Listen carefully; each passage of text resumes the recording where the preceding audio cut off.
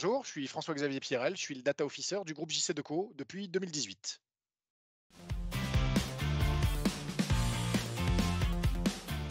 Ma good idea, c'est d'utiliser la cartographie des influenceurs pour identifier où, en termes de people, engager mon projet pour bien le mener. In fine, c'est d'embarquer tous les gens qui vont avoir, à un moment ou un autre, un mot à dire ou une idée à transmettre autour d'un projet. L'idée, c'est de savoir effectivement maintenir cet alignement entre la tête, le cœur et le corps pour faire avancer un projet. Et c'est tout l'intérêt de cette méthode, c'est de savoir où prioriser son effort et où appuyer en premier.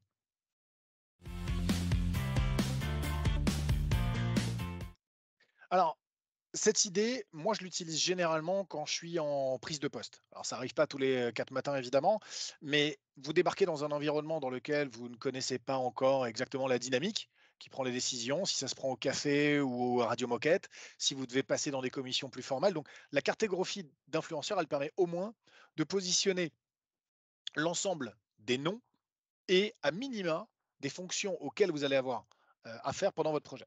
Et donc, vous allez retrouver sur votre cartographie qui se divise entre implication faible, implication forte, et sur la base, adhésion et antagonisme. Et forcément, quel que soit le projet que vous allez devoir mener, vous allez retrouver des avocats, vous allez retrouver des relais, des gens qui sont passifs, des gens qui sont indifférents. Et puis, comme dans une bonne élection politique, vous avez ce ventre mou qui sont les hésitants et les opportunistes. Et généralement, ce sont eux qui font basculer la décision. Il n'y a pas besoin d'aller convaincre des gens qui sont convaincus. Il y a des gens qui sont irréductiblement contre vous et contre le projet. Des fois pour des bonnes raisons, des fois pour des mauvaises, c'est même pas le propos. Et eux, c'est pas eux qu'il faut aller chercher. En revanche, tous ces gens qui sont dans le milieu, qui sont des hésitants, potentiellement des opportunistes, vous devez aller les chercher. Donc cette cartographie, elle permet de bien positionner les différentes fonctions. Et plus vous allez avancer dans le temps et dans votre poste, plus vous allez connaître les gens et vous remplacerez les fonctions par des noms. Et puis vous saurez que Jean-Paul à droite, il est très dur à convaincre et qu'il faut 3 coups et un déjeuner. Et vous savez que Marie à gauche, eh ben, à partir du moment où il y a un intérêt pour elle, pour son business, elle vous soutiendra. Alors, c'est un outil qui est vieux et simple, mais il est finalement assez peu connu et assez peu systématisé. Donc, le premier travail à faire, c'est d'expliquer à vos équipes à quoi ça sert. Et que pour chaque projet, que ce soit un projet avec de l'externe, de l'interne, une prise de décision, à partir du moment où vous commencez à hésiter sur les premières pierres à poser en dehors de tout aspect technique ou financier, utilisez cette partie-là. En fait, c'est un travail qu'on a fait et qu'on utilise régulièrement. Une fois que vous avez ça, l'idée, c'est évidemment de réussir à l'optimiser dans le temps et finalement à faire suivre votre modèle collé au changement d'organisation.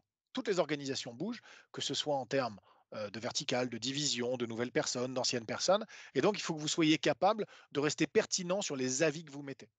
Les avis que vous mettez, une personne peut avoir un trait de caractère un peu difficile sur une prise de décision, ça ne veut pas dire qu'elle est nécessairement contre vous. Donc, on ne vous demande pas, et là je vais être hyper RGPD, de faire des fiches sur chaque personne. Mais dans le rapport que vous avez à une organisation, à une équipe, à une prise de décision, vous êtes capable de positionner Jean-Paul et Marie aux bons endroits pour savoir que vous devez d'abord parler à Marie parce que c'est elle la principale cliente et celle que vous devez convaincre de l'intérêt de votre projet, et vous irez voir Jean-Paul dans un deuxième temps. Donc c'est vraiment de garder quelque chose de très dynamique et surtout de ne pas en faire un outil dogmatique.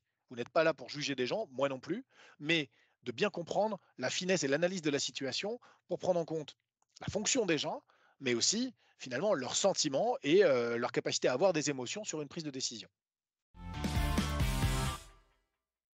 Alors l'avantage de celui-là en particulier, c'est que finalement, c'est beaucoup de bon sens.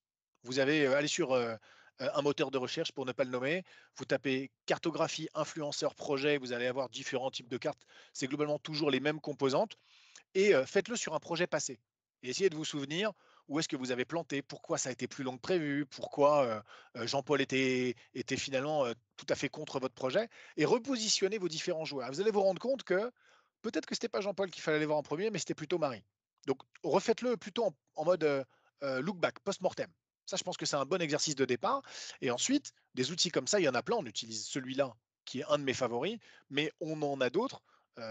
Mon codir, avec lequel je collabore évidemment toutes les minutes, toutes les heures, et moi-même, on se fait accompagner par une coach en externe, qui est une ancienne coach de professionnelle de haut niveau en sport. Et donc, elle nous accompagne et puis elle nous donne des tips comment aborder une situation, quand vous allez présenter à votre board que vous avez la petite sueur qui commence à perler sur le front, comment vous vous déstressez avant un événement, avant une «compétition» entre guillemets de haut vol et en fait, c'est vraiment d'utiliser des outils, moi que j'appelle de bon sens. L'idée, c'est pas de complexifier vos projets, mais de glisser des choses qui vont vous aider à être plus serein dans votre prise de décision et éviter qu'on plante pour les mauvaises raisons.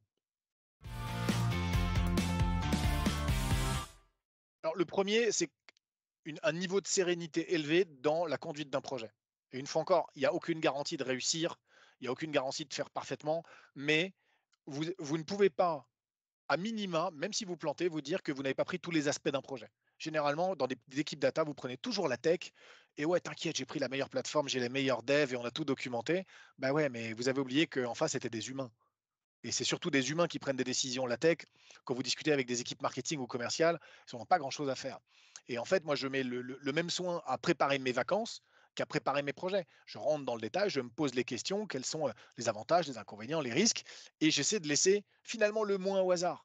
Personne n'a envie d'arriver dans un hôtel qui était mal noté avec un toit qui fuit en plein milieu de vos vacances avec vos enfants. Ben moi, j'essaie de faire la même chose sur mes projets. Je pense que tous mes petits camarades le font aussi. Cette cartographie des influenceurs sur les projets, c'est un petit tips et ça permet aussi de se rassurer sur la capacité à conduire. Alors, le next step, il y en a un, mais il n'est pas toujours évident à mettre en place. Vous avez donc la cartographie des influenceurs, et généralement c'est votre chef de projet, moi je le fais à mon niveau pour d'autres prises de décision, et c'est de l'autre côté de comprendre quelle est la dynamique de votre équipe. Au sein de mon codir, on a fait des tests que vous connaissez tous. Il y a le test des 4 couleurs, vous avez la méthode MBTI. Nous, on a fait beaucoup de méthodes MBTI. Vous irez voir sur Internet ce que ça veut dire. Le MBTI, ça vous permet de déterminer les profils de chacun des participants. Et vous allez vous rendre compte que vous avez des gens qui sont fonceurs, d'autres qui sont plus analytiques, d'autres qui sont très analytiques, mais en même temps qui ont beaucoup de liens et capacité à créer du lien. Et l'idée, c'est non seulement vous allez positionner les gens que vous allez devoir convaincre et influencer, mais vous n'allez pas aller tout faire tout seul. Il y a des gens sur lesquels telle personne de votre codir ou de votre équipe va avoir plus de traits de caractère pour porter le sujet ou porter la partie du sujet. Et donc, c'est de mixer les ressources que vous avez, les capacités que vous avez dans votre équipe auprès des personnes que vous allez devoir engager. Donc, c'est vraiment ce mix de voilà ce que je dois dire, à qui je dois le dire, et en plus, je vais prendre celui qui est le plus à même de porter le sujet. Si je prends une analogie sportive, tout le monde ne tire pas les coups francs dans une équipe de foot ou les pénalités dans une équipe de rugby. Il y a des gens qui ont des spécialités. Eh ben, nous, on fait la même chose. Il y a des gens qui sont plus à même de parler au marketing parce qu'ils vont simplifier, ils vont utiliser des images. D'autres qui vont parler aux équipes IT parce qu'on va parler tech, on va utiliser pas d'acronymes et de noms de fournisseurs. Donc voilà, il faut bien trouver le qui va dire quoi à qui. Et c'est ça ce projet autour des cartographies des influenceurs. Alors, si vous avez envie de débattre de ce sujet et d'en savoir un peu plus, n'hésitez pas à me contacter. Sur LinkedIn, c'est toujours le plus facile. Et à très bientôt pour en discuter.